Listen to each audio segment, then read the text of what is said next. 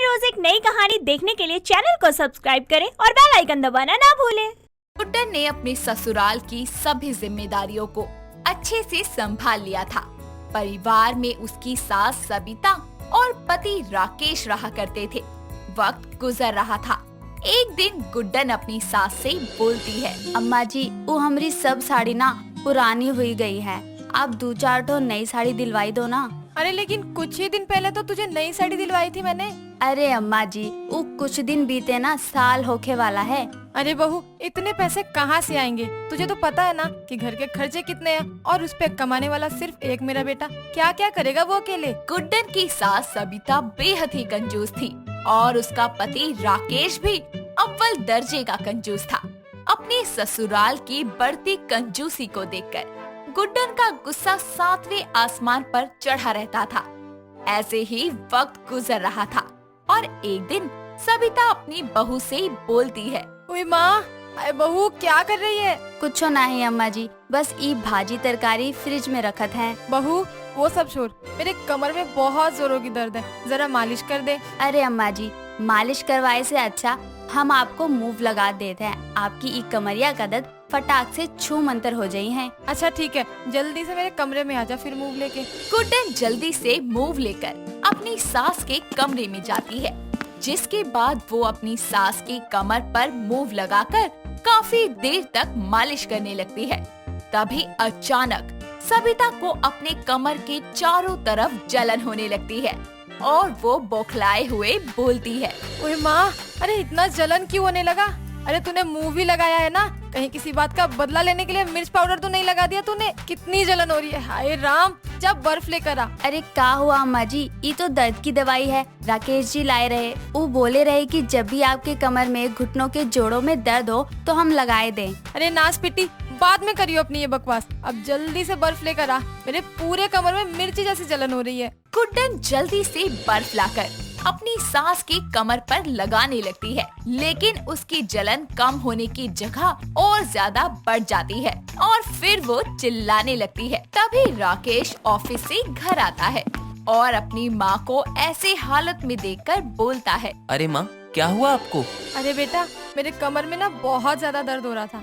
ना जाने इसने किस चीज से मेरी मालिश की, जलन ही बंद नहीं हो रही है मेरी। मैंने बर्फ भी लगाया, उससे और ज्यादा हो रही है। ना जाने मैंने कौन से कर्म किए थे जो मुझे ऐसी अजब गजब करतूत करने वाली बहू मिली है। सबिता की बात सुनकर राकेश की नजर बिस्तर पर पड़े मूव पर जाती है और वो बोलता है, गुड्डन, तुमने माँ को मूव लगाया था क्या? हाँ सजनवा, हम सासू माँ के रगड़ के मालिश किए रहे। अब पता नहीं अम्मा जी का दर्द कम होए की जगह बढ़ कैसन गवा। अरे मेरी बददिमाग बीवी, ये कोई तेल नहीं है जिसे लगाकर मालिश करने की जरूरत थी, समझी? इसे दर्द वाली जगह पर लगाकर सिर्फ मला जाता है, रगड़ा नहीं जाता।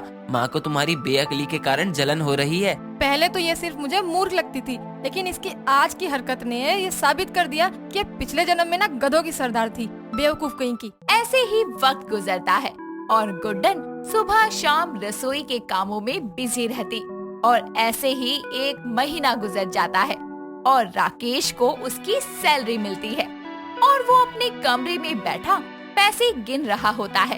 तभी वहाँ गुड्डन आकर बोलती है, अरे वाह, आज तुम्हारे पास लक्ष्मी मैया अपनी भरमार कर दी है। एक कड़क कड़क नोट। अच्छा सुनो ना, हमको भी 2-4 नोट दे दो, हम भी अपन लाली बिंदी चूड़ी खरीद लिए हैं। अरे गुड्डन, किसे दिखाना है? मुझे तो तुम सिंपल ही अच्छी लगती हो। बेमतलब के पैसे फूकने से अच्छा हम 2 पैसे बचाते हैं, कल को हमारे बच्चे होंगे तो उनके काम आएंगे। राकेश की ऐसी कंजूसी देखकर गुड्डन को गुस्सा आता है और जैसे ही राकेश अलमारी में पैसे रखता है, गुड्डन मौका देखकर उन नोटों पर मूव लगा देती है और अगली सुबह जब राकेश अलमारी से उन्हीं पैसों को निकालता है तो गुड्डन चालाकी करते हुए बोलती है, अरे सजनवा, जरा गिन तो लो, पूरे हैं कि नहीं? पहली बार पते की बात की है तुमने, गिनता हूँ। राकेश पैसों को गिनना शुरू करता है और जैसे ही वो मूव लगे नोटों को गिनकर अपने चेहरे को छूता है तो उसके चेहरे पर अजीब सी जलन और खुजली होने लगती है और फिर गुड्डन हंसते हुए बोलती है, अरे अरे, का हुआ सजनवा, सुबह सुबह तारे नजर आवत है या मूव की झंझनाहट होता है? अब बतावा, हमके साड़ी चूड़ी बाली खरीदे के पैसा दोगे कि नहीं? वाह, ये मूव तो हमार हथियार बन गवा है। हे भगवान, तुम्हारी मति भ्रष्ट हो गई है। ये क्या किया तुमने? ये मूव इंसान के जोड़ों के दर्द, कमर के दर्द जैसी तकलीफों को दूर करने के लिए है, इंसान को खत्म करने के लिए नहीं। बददिमाग औरत। ऐसे ही वक्त बीतता है और गुड्डन मूव को एक शस्त्र की तरह अपने पास रखती और जब भी किसी को दर्द होता तो वो उसे इस्तेमाल करने के लिए दे दिया करती। साथ ही वो लोगों की अकल ठिकाने लगाने के लिए भी मूव का इस्तेमाल करती।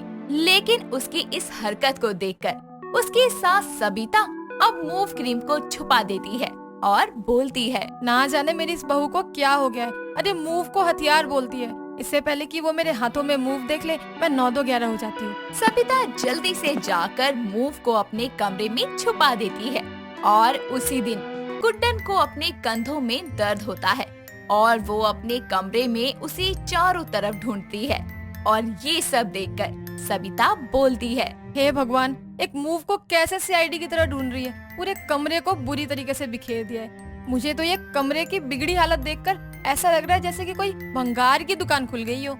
सबिता मन में ये बोल ही रही होती है कि तभी गुड्डन उसे बोलती है, माँ जी, आपने हमार मूव देखा है क्या? हमने पूरा कमरा छान मार लिया, कहीं नहीं मिला।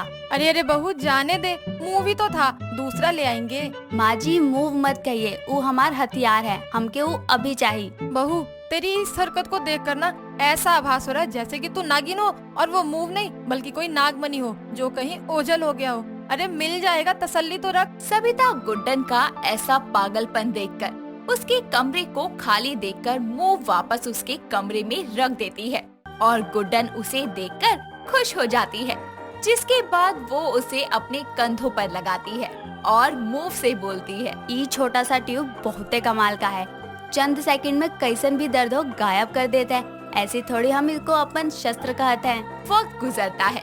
गुड्डन मूव रिलीफ से अपनी सांस की हड्डियों, जोड़ों आदि के दर्द का आसानी से इलाज करती है।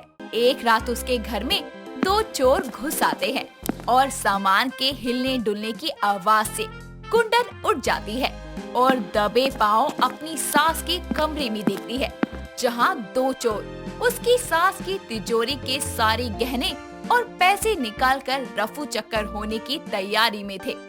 ये देखकर गुड्डन की आंखें फटी की फटी रह जाती है और वो बोलती है, कैसन रोके इके, हमार हथियार कहाँ है?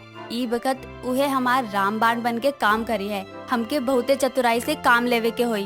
गुड्डन जल्दी से मूव लेकर आती है और अपने दोनों हाथों में मूव जेल को लगाकर चोरों की आंखों पर मल देती है और उन्हें तेज जलन होने लगती है। इसी के साथ उनकी आंखों से आंसू आने लगते हैं। दोनों की आंखें लाल हो जाती है और दोनों की आंखें मूव की जलन के कारण खुल नहीं पाती और बबलू बोलता है, कारे चिंटू साला, तू अच्छे से तहकीकात नहीं किए रहा, फंस गए ना दोनों जने। तू दोनों के हिम्मत कैसन हुई गुड्डन के घर में चोरी करे की? अभी पुलिस आवत है, अब जेल में जाके चक्की पीसे के पड़ी, तब पता चली तो के चोरी के दुष्परिणाम। चोरी होने से अपने घर को बचाने के लिए गुड्डन मूव को अपना हथियार बनाकर एक बड़ा नुकसान होने से बचा लेती है और आवाज सुनकर सभी जने इकट्ठे हो जाते हैं और थोड़ी ही देर में पुलिस उन दोनों चोरों को ले जाती है और सबिता बोलती है, बहू, आज तूने बहुत बड़ा नुकसान होने से बचा लिया हमें। अम्मा जी, हम तो आपको कितना बेर कह रहे कि ई सिर्फ मूव नहीं बल्कि हमार हथियार है। आज ई के कारण ही घर का सब कुछ बच गवा। तो अब आप हमके नई साड़ी दिलवाई है ना? हाँ हाँ बहू, तूने हमें कंगले होने से बचा लिया। कल जो जो तू कहेगी ना, मैं वो सब दिलाऊंगी। और एक साड़ी क्या, कल मैं तुझे 1 दर्जन साड़ियाँ खरीद दूंगी। और माँ जी, हमार हथियार मतलब ई मूव भी खरीद के मंगा लेना, काहे कि सारा मूव हम उ दोनों के मुंह पर मल दिए तो खत्म हो गवा है। गुड्डन की बात सुनकर सभी हंसने लगते हैं और इस तरह मूव को हथियार समझने वाली बहू की कहानी यहीं खत्म होती है। दोस्तों, अगर आपको ये कहानी पसंद आई तो इसे लाइक करें, शेयर करें और कमेंट करके बताएं कि कहानी में आपको सबसे अच्छा क्या लगा।